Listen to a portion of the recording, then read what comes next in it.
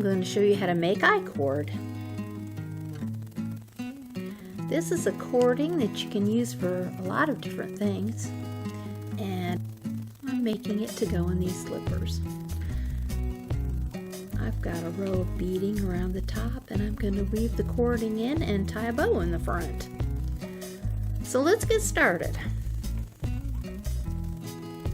You can cast on 3 or 4 stitches. I've cast on 3 to make a smaller cord. And when you start your row, you want your yarn on the left hand side. I'm using a pair of double pointed 5.5 millimeter size 9 double pointed knitting needles. So to begin, I've already cast on my 3 stitches and done a bunch of rows for you. And you're just going to knit the first row.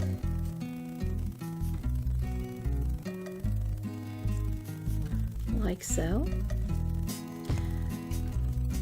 Then you're going to just slide your work to the other end of the needle. And again, your yarn will be on the left hand side. And we just knit again. Every row is knit. You want to pull it a little bit snug, but not too much. Don't keep it too loose either.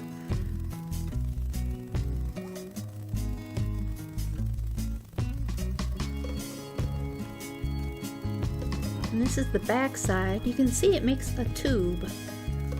This is what it does. It makes a tube. So again, your yarn is on the left hand side of your work, and you just slide your work down to the other end of the needle. There's your yarn on the left hand side.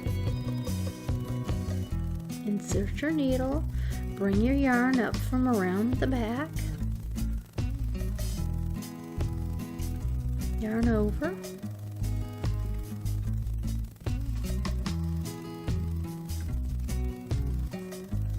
And then you just knit to however long you want to make your I-cord. And that's all there is to it.